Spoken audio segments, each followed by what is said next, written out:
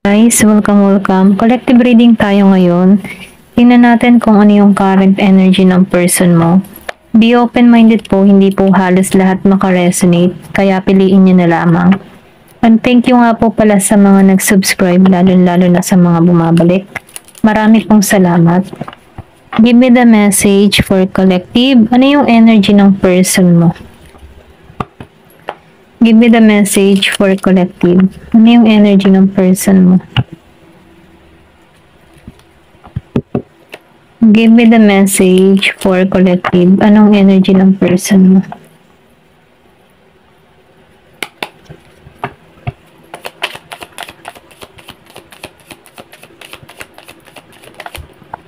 Meron ka ditong Wheel of Fortune.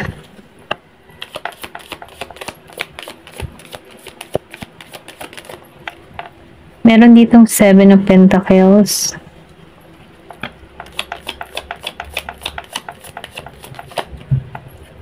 Meron ditong The Hermit. Meron ditong Two of Wands.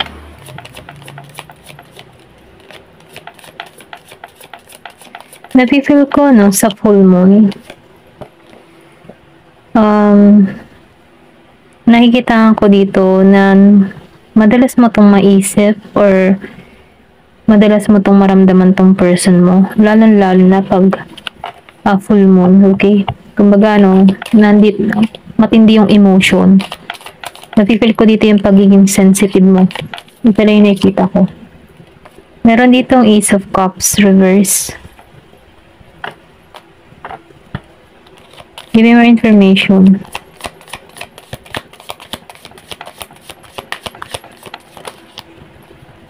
Meron ditong The World. So, nakikita ko dito, Devil reverse. So, itong tao na ito, no, nakikita ko dito may pagbabago. Pagbabago sa kanya. Nakita ko dito na nagkaroon to ng kaliwanagan dito sa The Hermit. Meron kang person dito na Virgo, Capricorn, Taurus, Aries, Leo, Sagittarius, Scorpio, Cancer, and Pisces, Capricorn. Okay? Eight of Cups, the Lover reverse, and King of Swords, and the Seven of Cups. Okay? Meron ditong Gemini, Aquarius, Libra. Ayan. Nakikita ko dito, madalas ka maisip ng tao nito. Yung bang tipo na may pagkamis, okay? Dito sa Eight of Cups. Yung bang tipo na naghahanap to na may kulang sa buhay niya or merong nawawala sa buhay niya. Na kung saan gusto niyang makita. Gusto niyang makita yung para sa kanya at ikaw yun. Okay? Meron ditong nangyari nitong first quarter or pwede rin sabihin merong naganap sa'yo ng first quarter. Kumaga, importante na naganap sa inyo. Okay? Pwede rin sabihin na nagkakaroon na to ng transformation or gusto nito magsimula muli kayo. Nagpapahiwatig dito sa Eight of Cups. Hindi mo to alam or hindi mo mararamdaman yung pagtungo ng tao na to sa'yo. Kumbaga, wala kang idea, okay? Nakikita ko dito yung mensahe, renewal sa connection na to. Nafe-feel ko dito, no, na maybe nag-iisip ka din dito. O pwede rin sabihin na may panahon, may oras na namimiss mo tong tao na to. Okay? Then, nakikita ko rito, no, na gusto nitong maging masaya. Or pwede rin sabihin na gusto nito excuse me. Gusto nito magmensahe sa'yo, pero nag-aalinlangan. Kumbaga, hindi niya, yung bang tipo na takot siya kung ano yung reaction mo para sa kanya. Kaya itong tao na ito, imbis na mag-message sa'yo, napipigilan niya yung sarili niya dahil sa takot. Takot sa kung ano man yung sasabihin mo or sa takot dahil kung ano man yung i-react mo. Okay? Then dito sa King of Swords, ganito kanya tingnan, King of Swords, matagumpay, maayos ka. Nakikita ko dito na marami kang nalampasan na pagsubok. Baga na pagtagumpayan mo, maybe nung magkasama pa kayo, sobrang bigo ka, sobrang pasakit ka, ganyan. Pero nalampasan mo to. Kumbaga, nagkaroon ka dito ng tagumpay, naalisan mo to, okay? And then, nakikita ko rin dito, no, sa bawat araw na ginagawa mo, nalalampasan mo to, naghihiling ka sa connection na to, maybe nakalimutan mo na rin ito, okay? Kumbaga, no, nakikitaan ko rin dito na naaral mo yung dark shadow mo, natanggap mo yung mga pagkakamali mo, and then nakikitaan ko rin dito na nagkakaroon ka na ng mga bagong pananaw sa buhay, okay? Pero dito, no, sa The Lovers Reverse, maybe ginib up mo na rin tong tao na ito, or pwede rin sabihin na nawalan ka na ng pag-asa para rito. Kumbaga, no, hindi ka na masyadong tumutuon dito. Ito lang yung nakikita ko. Pero yan, pasensya na no talaga. Pero dito, no, sa Seven of Cups, na-feel ko dito yung paghiling. Paghiling ng tao na ito. Gusto nito yung clarity, gusto na nitong matapos yung kaguluhan, kaganapan sa connection nyo. Kumbaga, no, meron tong wish, meron tong gustong mangyari. Hinihiling niya to, okay? Pero ganun pa man, ano, na-feel ko dito na nagiging maayos eh. Kung makikita mo dito sa light na to, no, yung sinulid. Bago mo mapasok dito sa karayom, masyado kang sinubok. Kung bakit nagiging kang matalino, kumbaga, no, nafe-feel ko dito na masyado kang protektado, okay? Pinoprotektahan mo yung sarili mo kasi open yung crown chakra mo. Alam mo yung gusto mong mangyari, alam mo yung gusto mong marating, or pwede rin sabihin na meron ka ng ibang, sabihin natin pinagkakaabalahan, meron ka ng ibang priority, okay? Na kung saan, ano, dun ka nakatuon sa paglago mo, okay? Ito lang yung nakikita ko. Nalampasan mo yung pagsubok na kinakaharap mo. Pero nakikita ko rin dito, no, marami kang pagsubok eh, kung makikita mo dito, no. Pero sa bawat pagsubok mong iyan, nagkakaroon ka ng kaliwanagan. Ayan. Then dito, no, nakikita ko yung Wheel of Fortune and Seven of Pentacles. Naghihintay to, naghihintay yung person mo, nagiging siyang mapalad sa kanyang kabuhayan, sa kanyang kalagayan, kung saan man siya naroroon, nakikita ko dito yung kapalaran, o magandang kapalaran sa person mo. And then nakikita ko rin dito, no, meron tong iniintay dito.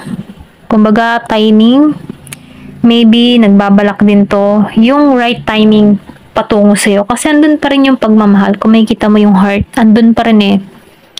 Tumatakbo pa rin yung puso niya para patungo sa'yo. Kumbaga, gumagana pa rin. Okay? Then, sinabayan pa ng Seven of Cups and the Hermit. I think nakikita ko rito, no, need ng travel patungo sa'yo. Meron ditong mensahe,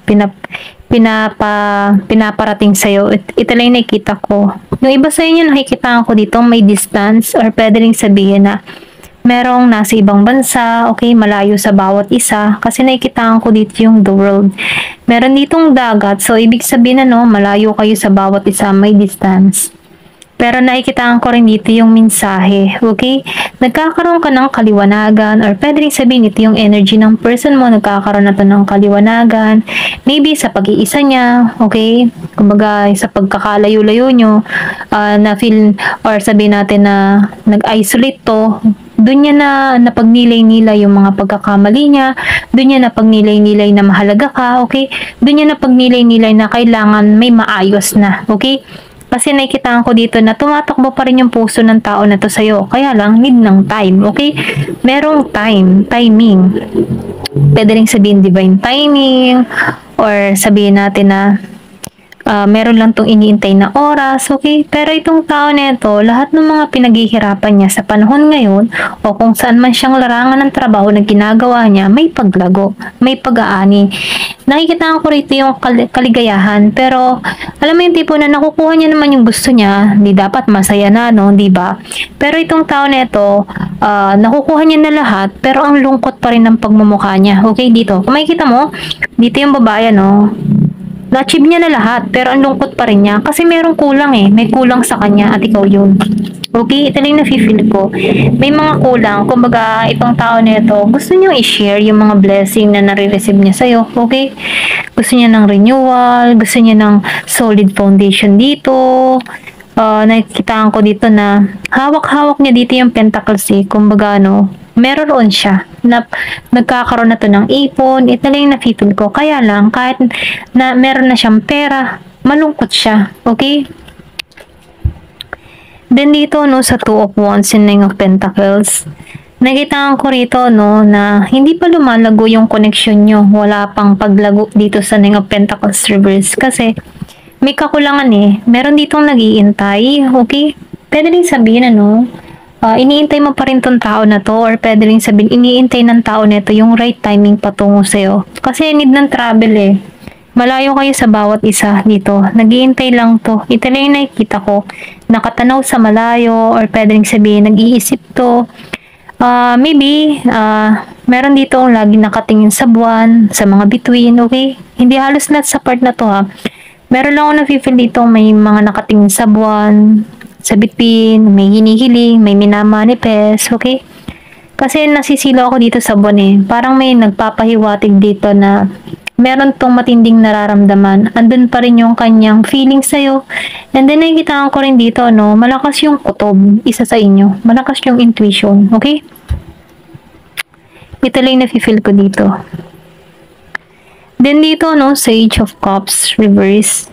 So, nakikita ko dito, no, kumbaga, no, hindi to naglago, hindi nagkaroon ng transformation tong relasyon na to. Kumbaga, bitin. Kumbaga, ito na yung nakikita ko. Bitin yung connection. Hindi umapaw, hindi naglaki or naglawak yung connection nyo. Kumbaga, no, maybe panandalian, naging madali yung relasyon nyo sa bawat isa, hindi kayo masyadong nagtagal. Pwede rin sabihin, ilang buwan, nagsama kayo, then nagkawalaan kayo, mga ganun ba? Or pwede rin sabihin, sa madaling panahon lang kayo nagsama ng tao na to, okay? Hindi lumago. Kasi nakikita ko dito yung the road, merong umalis. May nang ibang bansa. Ito lang yung na-feel ko. Pwedeng ikaw yung nang ibang bansa dito o pwede rin tong person mo kung bakit hindi lumago tong connection na to. Okay? Pero ganun pa man, ano, na-feel ko dito yung balance. Ito yung gusto maganap ng tao na to. Maging balance, maging maayos, may paglago. Kasi naandito na siya sa the devil reverse. Yung kumbaga, no, mabuti yung intention ng tao na ito. Hindi siya toxic. Kumbaga, kailangan lang ng pagkakalayo sa inyo kasi kailangan merong unahin dito. Pwede rin sa trabaho. Ito yung naging dahilan kung bakit nagkalabuan kayo. Merong involved na trabaho. Okay? Pero itong tao na ito, no, hindi ko nakikitaan na toxic siya. Hindi siya bad influence sa'yo. Kumbaga, mabuti din siyang tao. Kaya lang, meron dahilan kung bakit nagkalayo kayo dito. Meron siyang malalim na dahilan kung bakit niya nagawang iwan ka or kung bakit niya hindi siya nagparamdam dito, no? Ito rin nakikita ko. Pero itong tao na ito, naghihintay lang to ng right timing. Maybe, pwedeng sabihin natin na naliliwanagan na rin to sa connection na to or meron siyang mga tinutuklas dito na naguluhan to. Okay? Ito lang nakikita ko. Tingnan pa natin dito kung ano pa yung mensahe sa'yo.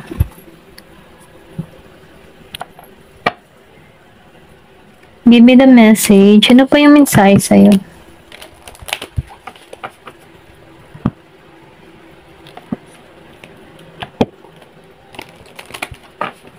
Ano yung mensahe? Kung may maipayo ba dito, okay? Give me more information. Ano pa yung mensahe sa'yo? Sa connection na to. So, meron dito once kibos. Nakikitaan ko dito, no? May swerteng parating sa'yo kasi meron din dito lumabas na Wheel of Fortune. Kumaga, no, nabilang to ng mga biyaya na nakakamit niya. Or pwede rin sabihin ikaw, marami kang blessing na nare-receive dito, okay? Then nakikita ko rin dito, no, may happiness na magaganap. Meron ditong lunar eclipse. So nakikita ko rin dito, no, mag-o-open yung oportunidad patungo sa'yo.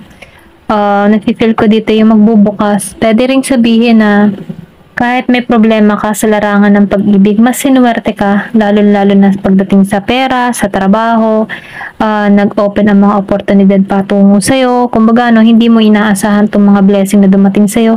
Okay? Yung iba sa inyo, nakikita ko nag-focus na lamang sa trabaho. Give me more information. Ano pa yung mensahe? Checkmate. So, nakikita ko rin dito, no, nagkaroon ka ng shadow work or pwede rin sabihin na minahal mo yung sarili mo, tinanggap mo lahat yung mga pagkakamali mo, or pwede rin sabihin itong tao mo, tinanggap niya yung mga pagkakamali niya, inaaral niya na yung sarili niya, para pag tumungo sa'yo dito, kasi naghihintay na lang to ng right timing. Yung sinabi ko kanina, may dark shadow. I think nag-aaral na lang to, inaayos niya na yung sarili niya. Kumbaga, kumukuha na lang to ng lakas ng loob para masabi sa iyo ng katotohanan, okay? Ito na yung nafe-feel ko. Pwede rin sabihin na naiintindihan niya na yung connection nyo, kung ikaw ba talaga yung para sa kanya, mga ganun ba? Give me more information. Last quarter. So, nakikita ko din dito, no? Last quarter. Meron dito pumipigil pa. Kumbaga, pumipigil. Yung bang tipo na may iniisip pa to or may pumipigil pa rito sa tao na to kung bakit hindi pa siya nakilos. Okay? Ito lang nakikita ko. Meron siyang mga pinipigil. Pasensya na ako, may naririnig kayong tahol ng ano. So, give me more information.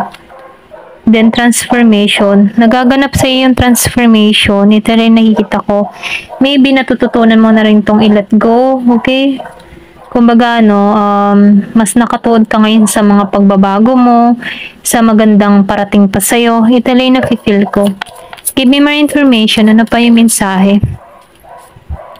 Meron ditong vision. So, nakikita ko rito na nagiging ka ng malinaw sa mga gusto mong mangyari o maganap sa buhay mo.